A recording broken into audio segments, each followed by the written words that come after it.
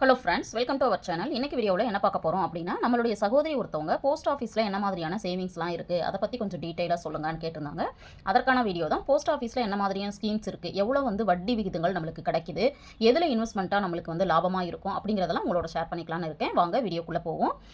இன்றைக்கான video post office savings schemes, அதாவது அஞ்சலகத்தில் என்னென்ன மாதிரியான சேமிப்பு திட்டங்கள்லாம் இருக்குது அப்படிங்கிறத பார்க்கலாம். ஃபஸ்ட்டு நீங்கள் ஒரு அக்கௌண்ட் ஓப்பன் பண்ணணும் அப்படின்னு நினைக்கிறீங்கன்னா, உங்கள் கையில் ஒரு ₹500 இருந்துச்சுன்னா நீங்கள் அக்கௌண்ட்டு ஓப்பன் பண்ணிக்க முடியும். இது போஸ்ட் ஆஃபீஸில் கண்டிப்பாக நீங்கள் ஓப்பன் பண்ணுங்க. ஏன்னா நம்மளுடைய பணம் கரையாமல் இருக்கணும் அப்படின்னா போஸ்ட் ஆஃபீஸ் எனக்கு பெஸ்ட்டுன்னு தோணுது. ஏன்னா என்னுடைய அனுபவம் என்னன்னா, இப்போ நான் பேங்க்கில் 2 பேங்க்கில் அக்கௌண்ட் வச்சிருக்கேன். அந்த 2 பேங்க்லையும் ஏடிஎம் கார்டு வச்சிருக்கேன். ஏடிஎம் கார்டு வச்சிருக்கிறேன். அப்புறம் ஒரு பேங்க்கில் நெட் பேங்கிங் வச்சிருக்கேன். இப்போ இந்த நெட் பேங்கிங் வச்சிருக்கிறதும் ஏடிஎம் கார்டில் வச்சிருக்கிற 2 அக்கௌண்ட்டில் இருக்கிற பணமும் பார்த்தீங்கன்னா மேக்ஸிமம் செலவாயிட்டே இருக்கும். பட் நான் போஸ்ட் ஆஃபீஸில் ஒரு அக்கௌண்ட் வச்சிருக்கிறேன். அந்த அக்கௌண்ட்டில் எப்பப்பெல்லாம் பணம் கிடைக்குதோ அப்போல்லாம் போட்டு வைப்பேன். அது சிறுதுளி பெருவெள்ளம் அப்படின்னு சொல்லுவாங்க இல்லைங்களா? அப்போ ஒரு மாதம் என்னால் ஒரு ₹1000 போட முடியுதா போடுவேன், ₹5000 போட முடியுதா போடுவேன், ₹500 தான் போட முடியுதா போடுவேன். இது மாதிரி போட்டு வச்சு பார்த்தீங்க அப்படின்னா இப்போ ஒரு குறிப்பிட்ட அளவு அமௌண்ட் அதில் இருக்குது. ஆனால் இதில் கரையாமல் இருக்கிறதுக்கு என்ன காரணம்னு பார்த்தீங்கன்னா, போஸ்ட் ஆஃபீஸில் ஏடிஎம் கார்டு கிடையாது. அப்போ நம்ம போஸ்ட் ஆஃபீஸ் போய் ஏதாவது தேவைகள் இருக்குது அப்படின்னா வித்ட்ரால் ஃபார்ம் எழுதி கொடுத்து தான் நம்ம வாங்கணும். இப்போ சில நேரங்களில் அதை போய் எழுதி கொடுத்து திரும்ப வாங்கணுமே அப்படிங்கும்போதே அந்த பணத்தை வித்ட்ரால் பண்ணுற ஆப்ஷனுங்கிறது காணாமல் போயிடுது. அப்போ அந்த பணம் கரையாமல் இருக்குது. அதனால் நீங்கள் பார்க்குற வியூவர்ஸ் தயவு செய்து நீங்கள் அக்கௌண்ட் நம்பர் வச்சுருந்தாலுமே போஸ்ட் ஆஃபீஸில் ஒரு அக்கௌண்ட் ஓப்பன் பண்ணுறது நல்லது அப்படிங்கிறது என்னுடைய ஓன் ஒப்பீனியன். வாய்ப்பு இருக்கிறவங்க நீங்கள் பயன்படுத்திக்கோங்க. மினிமம் ₹250 இருந்தால் கூட ஓப்பன் பண்ணிக்கலாம் அப்படின்னு சொல்கிறாங்க. இப்போ கவர்மெண்ட் ஸ்கூலு, ப்ரைவேட் ஸ்கூல்ஸு எல்லா ஸ்டூடெண்ட்ஸ்க்கும் பார்த்தீங்கன்னா ஜீரோ பேலன்ஸ் அக்கௌண்ட் அப்படிங்கிறது ஓப்பன் பண்ண சொல்லிட்டு இருக்காங்க. இது வரைக்கும் நீங்கள் ஓப்பன் பண்ணணும்னா நீங்களுமே கண்டிப்பாக போஸ்ட் ஆஃபீஸில் போய் உங்கள் குழந்தைங்களுக்கும் போஸ்ட் ஆஃபீஸில் ஒரு அக்கௌண்ட் ஓப்பன் பண்ணிவிடுங்க. ஏன்னா இது மஸ்ட்டு அப்படின்னு சொல்லிட்டு கவர்மெண்ட் சொல்லியிருக்குது. அடுத்தது பார்த்தீங்க அப்படின்னா, குறைவான வருமானம் தான் இருக்குது, நான் எப்படி போஸ்ட் ஆஃபீஸில் போய் சேமிக்கணும் அப்படின்னு நினைக்கிறீங்கன்னா, உங்கள் கையில் ஒரு ₹100 இருந்தால் கூட நீங்கள் என்ன பண்ணலாம் அப்படின்னா அந்த போஸ்ட் ஆஃபீஸில் போட்டு சேமிக்கிறதுக்கு வாய்ப்புகள் இருக்குது. அதனால் தயவு செய்து ஒரு அக்கௌண்ட்டை அதில் ஓப்பன் பண்ணிடுங்க. எண்ணம் போல் வாழ்க்கை அப்படிங்கிறது நம்மளுக்கு எல்லாருக்குமே தெரியும். நம்மளால் முடியும் அப்படின்னு நினச்சோன்னா கண்டிப்பாக முடியும். முடியாதுன்னு நம்ம எப்போல்லாம் நெகட்டிவாக திங்க் பண்ணுறோமோ அப்போ அந்த விஷயம் நம்மளால் செய்ய முடியாமலே போயிடும். அதனால் எப்போவுமே நம்மளால் முடியும் அப்படிங்கிற ஒரு விஷயத்தை மட்டும் மைண்டில் பாசிட்டிவாக திங்க் பண்ண ஆரம்பிச்சுட்டு நீங்கள் இந்த மாதிரி சின்ன சின்ன சேமிப்புகளை தொடர்ந்து பண்ணணும் அப்படின்னு கேட்டுக்கிறேன். இப்போ அதில் இருக்கிற என்னென்ன சேமிப்பு திட்டங்கள் இருக்குது அப்படிங்கிறத பார்க்கலாம். ஃபஸ்ட்டு சேமிப்பு கணக்கு, அதாவது எஸ்பி அக்கௌண்ட்டு அப்படின்னு சொல்லுவாங்க. Savings account. இதுக்கு எவ்வளோ வட்டி தராங்க அப்படின்னு பார்த்தீங்கன்னா 4% வட்டி தராங்க. அதாவது 100க்கு 4 ரூபாய் அப்படின்னு சொல்லிட்டு நம்மளுக்கு என்ன ஆகுது அப்படின்னா வட்டி நம்மளுக்கு கிடைக்கும். நீங்கள் எவ்வளோ அமௌண்ட்டு இப்போ ஒரு ₹500 ₹10,000 வரைக்கும் நீங்கள் போட்டிருக்கீங்க அப்படின்னா அதுக்கு டேக்ஸ் அவங்க கேட்க மாட்டாங்க. ஏன்னா சில சேவிங்ஸ் அக்கௌண்ட்டுக்கு பார்த்தீங்க அப்படின்னா நம்ம கட்டுற பணத்துக்கு டேக்ஸ் கட்ட வேண்டியது இருக்கும். வரி கூடுதலாக கொடுக்க வேண்டியது இருக்கும். ஆனால் இதில் நீங்கள் ₹10,000 வரைக்கும் தான் வச்சிருக்கீங்கன்னா என்ன பண்ண மாட்டாங்க அப்படின்னா இதுக்கு டேக்ஸ் போட மாட்டாங்க அப்படின்னு சொல்கிறாங்க. அடுத்தது 2வதாக ரொம்ப முக்கியமான ஒரு டெபாசிட் பார்த்தீங்கன்னா ரெக்கரிங் டெபாசிட், அதாவது ஆர்டி அப்படின்னு சொல்லுவாங்க. இந்த ஆர்டி பற்றி தனி ஒரு வீடியோ கொடுத்துருக்குறேன். அதை உங்களுக்கு விருப்பம் இருந்துச்சு அப்படின்னா எப்படி ஓப்பன் பண்ணணும், எவ்வளோ இன்ட்ரெஸ்ட் கிடைக்கும் அப்படிங்கிறத நீங்கள் தெரிஞ்சுக்கலாம். இதில் பார்த்தீங்க அப்படின்னா ₹100 நீங்கள் ஆர்டி ஓப்பன் பண்ணிக்க முடியும். இங்கே இன்ட்ரெஸ்ட் பார்த்தீங்க அப்படின்னா 6.7% நம்மளுக்கு கொடுக்குறாங்க. 3 மந்த் ஒன்ஸ் நம்மளுக்கு ஆர்டிக்கான வட்டி இதில் ஆட் பண்ணுவாங்க அப்படின்னு சொல்கிறாங்க. இதுவே 5 வருஷம் நம்ம கட்டணும் போஸ்ட் ஆஃபீஸில். அடுத்தது பார்த்தீங்க அப்படின்னா டைம் டெபாசிட் அப்படின்னு ஒன்று இருக்குது. டைம் டெபாசிட் அப்படிங்கிறது ஃபிக்ஸட் டெபாசிட் அப்படிங்கிறது ஒரு குறிப்பிட்ட அளவு அமௌண்ட்டை நீங்கள் குறிப்பிட்ட வருஷத்துக்கு நீங்கள் அப்படியே டெபாசிட் பண்ணி வச்சுக்கிறது. இது மாதம் ஆர்டிங்கிறது மாதம் நம்ம தொடர்ந்து கட்டுறது. இது குறிப்பிட்ட அமௌண்ட்டை ஃபிக்ஸடாக எத்தனை வருஷத்துக்கு நீங்கள் டெபாசிட் பண்ணணும்னு நினைக்கிறீங்களோ அத்தனை வருஷத்துக்கு நம்ம பண்ணிக்கலாம். இப்போ மினிமம் எதில் ₹1000 இருந்தால் கூட நீங்கள் ஃபிக்ஸட் டெபாசிட்டில் போட முடியும்.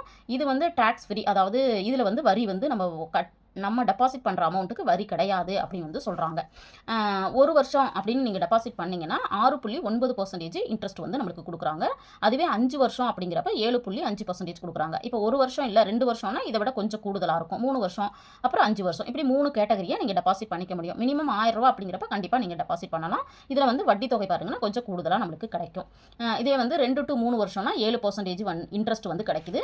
அடுத்தது பார்த்தீங்க அப்படின்னா 4வதாக நம்ம சேமிக்கக்கூடிய ஒரு சேமிப்பு திட்டம் பார்த்தீங்கன்னா MIS அப்படின்னு சொல்லிட்டு ஒன்று இருக்குது. அதாவது மந்த்லி இன்கம் ஸ்கீம் அப்படின்னு சொல்லிட்டு மாதம் ஒரு குறிப்பிட்ட அளவு வட்டி தொகை நம்ம அக்கௌண்ட்டுக்கு வர மாதிரியான அமௌண்ட்டு. இதுலேயும் பார்த்தீங்கன்னா மினிமம் நீங்கள் ₹1000 ₹1000 டெபாசிட் பண்ணிக்க முடியும். இதில் இன்ட்ரெஸ்ட் பார்த்தீங்க அப்படின்னா 7.4% வந்து நம்மளுக்கு கொடுக்குறாங்க. இதுவே வந்து நீங்கள் ஜாயிண்ட் அக்கௌண்ட்டாக, அதாவது ஹஸ்பண்ட் அண்ட் ஒய்ஃப் 2 பேரும் சேர்ந்து ஜாயிண்ட் அக்கௌண்ட்டாக போடுறீங்கன்னா இதில் வந்து மினிமம் வந்து 9 லட்ச ரூபாயிலிருந்து ஜாயிண்ட் அக்கௌண்ட்டாக இருக்கும் பொழுது 15 லட்ச ரூபா வரைக்கும் நம்மளுக்கு வந்து டெபாசிட் பண்ணிக்கலாம். இப்போ வந்து உங்கள் கையில் ரிட்டையர் ஆகிருக்கீங்க, உங்கள் கையில் வந்து லம்சமாக ஒரு அமௌண்ட் இருக்குது, உங்களுக்கு மாதம் மாதம் செலவுக்கு பணம் வேணும் அப்படின்னு நினைக்கிறீங்கன்னா இந்த அமௌண்ட்டை நீங்கள் இந்த மந்த்லி இன்கம் ஸ்கீமில் போட்டுட்டிங்கன்னா மாதம் மாதம் இதில் கிடைக்கக்கூடிய வட்டிங்கிறது நம்ம அக்கௌண்ட்டுக்கு வந்துடும். அதை எடுத்து நம்ம செலவு பண்ணிக்கலாம். இது வந்து 1000 ரூபாயிலிருந்து அப்படி இருக்குது அப்படிங்கிறப்ப கண்டிப்பாக நீங்கள் இதையுமே ட்ரை பண்ணலாம்.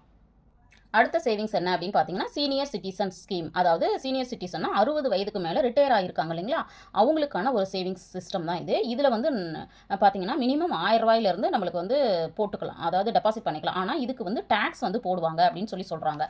ஆனால் இருக்கிறதுலேயே ரொம்ப அதிகமான வட்டி கிடைக்கக்கூடியது பார்த்தீங்கன்னா இந்த சீனியர் சிட்டிசன்ஸ் தான். அதாவது 8.2% வந்து வட்டி கிடைக்குது. 8.2 கிடைக்கிறதுனால நீங்கள் 1000 ரூபாயிலிருந்து நீங்கள் போட்டுக்கலாம். அதாவது இதை யார் போட முடியும்னு பார்த்தீங்கன்னா 60 வயசுக்கு மேலே இருக்கிறவங்க தான் போட முடியும். அப் டு 30 lakhs வரைக்கும் நீங்கள் என்ன பண்ணிக்கலாம் அப்படின்னா இதில் வந்து டெபாசிட் பண்ணிக்கலாம் அப்படின்னு வந்து சொல்கிறாங்க. அடுத்தது பார்த்தீங்க அப்படின்னா பப்ளிக் ப்ராவிடென்ட் ஃபண்ட், அதாவது பிபிஎஃப் அப்படின்னு சொல்லிட்டு ஒரு அக்கௌண்ட் இருக்குது. இந்த அக்கௌண்ட் பார்த்தீங்கன்னா மினிமம் வந்து 500 ரூபாயிலிருந்து ஒரு வருஷத்துக்கு 1,50,000 வரைக்கும் நம்ம டெபாசிட் பண்ணிக்க முடியும். இது வந்து ஒரு லாங் டேர்ம் இன்வெஸ்ட்மெண்ட், அதாவது ஒரு 15 வருஷம் இதில் வந்து நம்ம கட்டணும் அப்படின்னா நம்மளுக்கு வந்து நல்ல ஒரு பெனிஃபிட் இருக்குது. ஏன்னா கூட்டு வட்டி அப்படிங்கிறது நம்மளுக்கு கிடைக்குது. இதில் இன்ட்ரெஸ்ட் ரேட் பார்த்தீங்கன்னா 7.1% இருக்குது. இதுக்கு வந்து டேக்ஸே கிடையாது. இது வந்து யாருக்கெல்லாம் ஓப்பன் பண்ணலாம் பார்த்தீங்கன்னா நம்ம வீட்டில் இருக்கிற அப்பா, அம்மா, பையன், பொண்ணு எல்லாருக்குமே இந்த பிபிஎஃப் அக்கௌண்ட் அப்படிங்கிறத ஓப்பன் பண்ணிக்க முடியும். நீங்கள் வந்து உங்கள் குழந்தைங்களுக்காக ஹையர் எஜுகேஷனுக்கோ அல்லது வந்து உங்கள் குழந்தைங்களுக்கான மேரேஜுக்கோ அல்லது உங்களோட ரிட்டையர்மெண்ட்டுக்கோ பிளான் பண்ணுறீங்கன்னா இந்த பிபிஎஃப் அக்கௌண்ட் அப்படிங்கிறது ரொம்ப பெனிஃபிட்டாக இருக்கும். ஏன்னா இதில் வந்து நான் சொன்ன மாதிரி கூட்டு வட்டி அப்படிங்கிறது கொடுப்பாங்க. இப்போ ஒரு வட்டி வந்து ஒரு 10,000 கொடுக்குறாங்கன்னா அந்த 10,000த்துக்கும் அவங்க திரும்ப ஒரு வட்டி கொடுப்பாங்க. இந்த பிபிஎஃப் அக்கௌண்ட்டை பற்றி தெளிவாக தெரிஞ்சுக்கணும் அப்படின்னு நினச்சிங்கன்னா கமெண்ட் பண்ணுங்கள், நான் தனி வீடியோவாக கொடுக்குறேன். அதே மாதிரி பெண் குழந்தைகள் இருக்காங்க அப்படின்னா அவங்களுக்கு எஸ்எஸ்ஏ அப்படின்னு சொல்லிட்டு ஒரு ஸ்கீம் இருக்குது, சுகன்யா சம்ருத்தி யோஜனா அப்படின்னு சொல்லிட்டு. இது பார்த்தீங்கன்னா இந்த பிபிஎஃப் அக்கௌண்ட் மாதிரி தான். ஆனால் பெண் குழந்தைக்கு 10 வயசுக்கு உள்ளேயே நாங்கள் என்ன பண்ணணும்னா இந்த அக்கௌண்ட்டை ஓப்பன் பண்ணணும். இது வரைக்கும் யாராவது உங்களுக்கு தெரிஞ்சவங்க பெண் குழந்தை வச்சிருக்காங்க, இந்த அக்கௌண்ட்டை ஓப்பன் பண்ணாமல் இருக்காங்கன்னா தயவு செய்து அவங்களுக்கு கைட் பண்ணுங்கள். இது வந்து ரொம்ப ரொம்ப ஒரு நல்ல ஒரு ஸ்கீமு, நிறைய பெனிஃபிட் வந்து இதில் இருக்குது. இதில் இன்னொரு விஷயம் என்னென்னா இதை வந்து செல்வமகள் சேமிப்பு திட்டம் அப்படின்னு சொல்லுவாங்க. இதுக்கும் மினிமம் 250 ரூபாயிலேருந்து நம்ம டெபாசிட் பண்ணிக்கலாம். இப்போ வந்து 8.2% வந்து இன்ட்ரெஸ்ட் கொடுக்குறாங்க. இது உங்களுடைய குழந்தையோட உயர்கல்வி, அதாவது ஹையர் எஜுகேஷனுக்கு, உங்கள் குழந்தையோட மேரேஜுக்கு நீங்கள் பிளான் பண்ணுறீங்க அப்படின்னா இது வந்து ரொம்பவும் ஒரு பெனிஃபிட்டான ஒரு விஷயம். இதுவும் பார்த்தீங்கன்னா லாங் டேர்ம் ஒரு 15 வருஷம் கண்டிப்பாக நம்ம கட்டுற மாதிரி இருக்கும். அடுத்தது பார்த்தீங்கன்னா என்எஸ்சி அப்படிங்கிறது வந்து நேஷனல் சேவிங் சர்டிஃபிகேட் அப்படின்னு சொல்கிறது. இது வந்து ஒரு சர்டிஃபிகேட் மாதிரி நம்மளுக்கு கொடுத்துருவாங்க. அதை வந்து குறிப்பிட்ட வருஷம் கழிச்சு கொடுத்தோம் அப்படின்னா நம்மளுக்கு வந்து அமௌண்ட் வந்து கிரெடிட் ஆகும். இதுலேயும் பார்த்தீங்கன்னா மினிமம் வந்து 1000 ரூபாய் அப்படின்னு சொல்லிட்டு நம்மளுக்கு வந்து டெபாசிட் பண்ண முடியும். இன்ட்ரெஸ்ட் பார்த்தீங்கன்னா 7.7%. இதுக்கும் டேக்ஸ் வந்து கிடையாது, இதுக்கு வந்து லிமிட்டே கிடையாது. எவ்வளோ வேணாலும் நீங்கள் என்ன பண்ணிக்கலாம் அப்படின்னா சர்டிஃபை பண்ணிக்கலாம். 5 இயர்ஸ் கண்டிப்பாக டெபாசிட் வந்து பண்ணி ஆகணும். அப்போ தான் இதில் வந்து நம்மளுக்கு நல்ல பெனிஃபிட் இருக்குது. அடுத்தது வந்து கேவிபி, கிசான் விகாஸ் பத்ரா அப்படின்னு சொல்கிறது.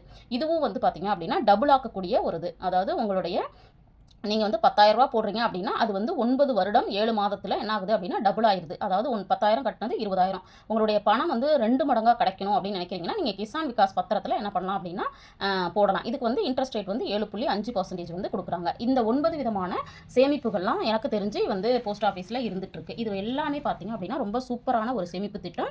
இது வந்து கேரண்டடாக அந்த ரிட்டர்ன் வந்து நம்மளுக்கு வந்து கைக்கு வந்துடும். நம்ம பணம் வந்து பாதுகாப்பாக இருக்கணும், நம்மளுக்கு வந்து கூடுதலாக வந்து வட்டியும் கிடைக்கணும் அப்படின்னு நினைக்கிறவங்க கண்டிப்பாக போஸ்ட் ஆஃபீஸில் இருக்கிற உங்களுக்கு சூட்டபிளான ஒரு ஸ்கீமில் சேவ் பண்ணணும் அப்படின்னு கேட்டுக்கிறேன். இது வரைக்கும் போஸ்ட் ஆஃபீஸில் அக்கௌண்ட் ஓப்பன் பண்ணாதவங்க தயவுசெய்து ஒரு ஓப்பன் பண்ணி உங்களுக்கான ஒரு தனி தொகையை பழகிறதுக்கு சேமித்து வைங்க. அதை வந்து பழக்கமாக ஏற்படுத்திங்க அப்படின்னு கேட்டுக்கிறேன். ஏன்னா நம்ம சேனலில் தொடர்ந்து நிறைய லேடிஸ் வந்து பார்த்துட்ருக்குறீங்க.